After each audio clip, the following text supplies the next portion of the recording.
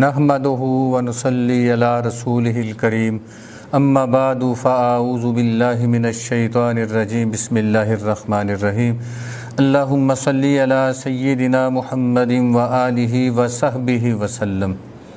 معزز سامعین و ناظرین، السلام علیکم ورحمۃ اللہ وبرکاتہ۔ دین اسلام دین متین ہے اور اللہ پاک کا یہ محبوب دین ہے دین اسلام۔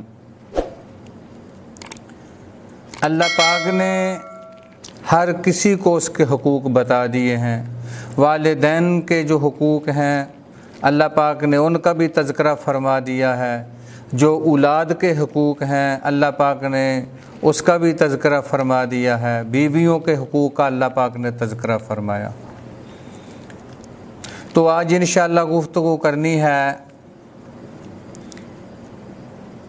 کہ والدین اولاد کے جو حقوق ہیں اولاد کے ساتھ انصاف سے پیش آئیں۔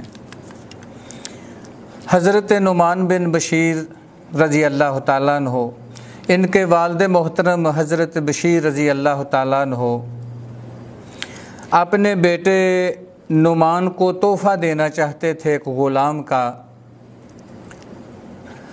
تو ان کی بیوی صاحبہ نے فرمایا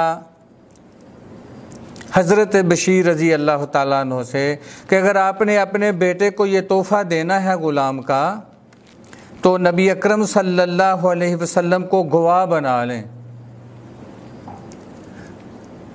تو حضرت بشیر رضی اللہ تعالیٰ عنہ نبی اکرم صلی اللہ علیہ وسلم کے پاس آئے، فرمایا یا نبی اللہ، میں اپنے بیٹے نعمان کو ایک غلام دینا چاہتا ہوں اور میں آپ کو گواہ بنانا چاہتا ہوں۔ تو نبی صلی اللہ علیہ وسلم نے ارشاد فرمایا کیا آپ نے باقی بیٹوں کو بھی یہ تحفہ دیا ہے؟ تو انہوں نے فرمایا نہیں۔ تو اللہ کے پیارے نبی نے ارشاد فرمایا میں گناہ پر گواہ نہیں بنتا، یہ گناہ ہے ایک بیٹے کو دے دینا دوسرے کو کچھ بھی نہ دینا۔ تو فرمایا اٹھ جاؤ میرے پاس سے، میں اس گناہ کے معاملے میں گواہ نہیں بنتا۔ اللہ تو ارشاد فرمایا کیا آپ چاہتے ہیں کہ وہ فرما برداری کے معاملے میں اور خدمت گزاری کے معاملے میں آپ کی صحیح طرح اطاعت کریں؟ تو انہوں نے فرمایا جی یا نبی اللہ۔ تو فرمایا اگر اطاعت میں، فرما برداری میں اور خدمت گزاری ان سے چاہتے ہیں تو ان کے ساتھ انصاف سے مساوات سے پیش آئیں۔ اللہ اکبر! یہ نبی صلی اللہ علیہ وسلم کا اسوہ حسنہ بھی ہے۔ کسی کے ساتھ کبھی فرق نہیں کیا۔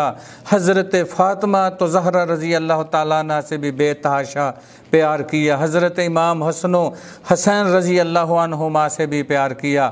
آپ نماز پڑھ رہے تھے تو آپ کی نواسی حضرت امامہ رضی اللہ تعالیٰ عنہ، تو آپ جب سجدے میں جاتے تو اس کو بٹھا لیتے تھے اور جب آپ کھڑے ہوتے تھے تو اس کو نماز کی حالت میں ہی اٹھا لیتے تھے۔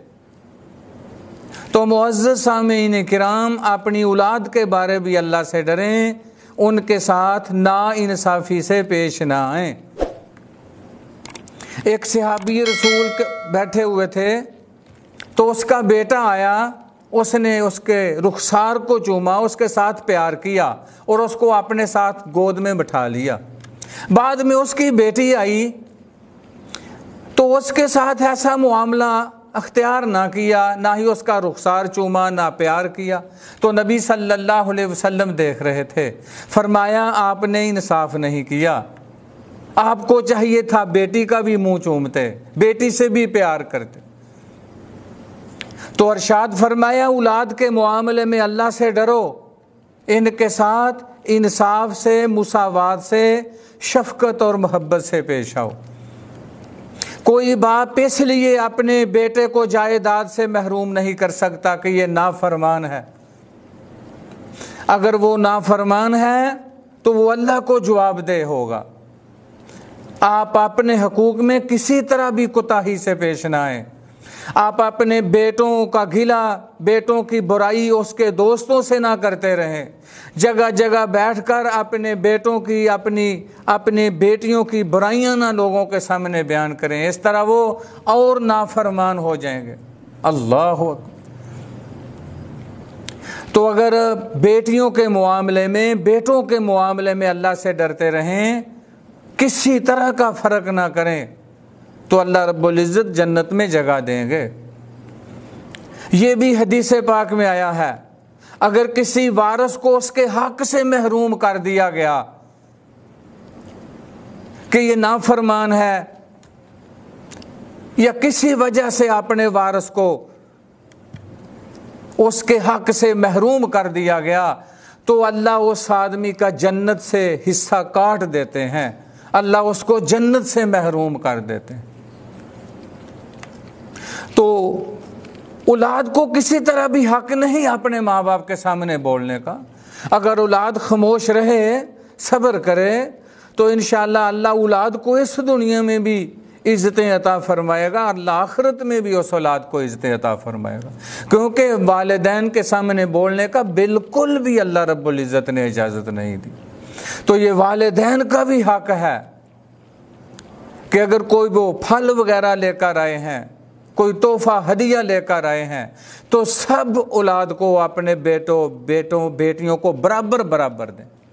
اگر وہ اپنی زندگی میں اپنی جائیداد تقسیم کرنا چاہتا ہے، تحفہ دینا چاہتا ہے اپنی اولاد کو، تو زندگی کے اندر بیٹوں اور بیٹیوں کو برابر دینے کا حکم ہے۔ اللہ اکبر۔ ہاں، وراثت کی تقسیم اس کے مرنے کے بعد ہوگی، وہ اللہ کے قانون کے مطابق ہوگی۔ تو اس لیے میرے دوستو، بزرگوں، کسی طرح بھی اپنی اولاد کے ساتھ ناانصافی سے پیش نہ آئیں، انصاف کریں اپنی اولاد میں۔ اگرچہ وہ نافرمان ہی کیوں نہیں، وہ اپنی نافرمانی کا جواب اللہ کو دیں گے، اللہ انہیں سختی سے پوچھیں گے۔ تو آپ تحفہ دینے کے معاملے میں، ہدیہ دینے کے معاملے میں، کوئی چیز ان کو ہبہ کریں تو برابر شفقت اور پیار سے کریں۔ عزت دینے کے معاملے میں بھی ان کا خیال رکھیں۔ ایسا نہ ہو کہ ایک بیٹے کے پاس تو سب کچھ ہو، دوسرے بیچارے اس کی طرف دیکھتے رہیں۔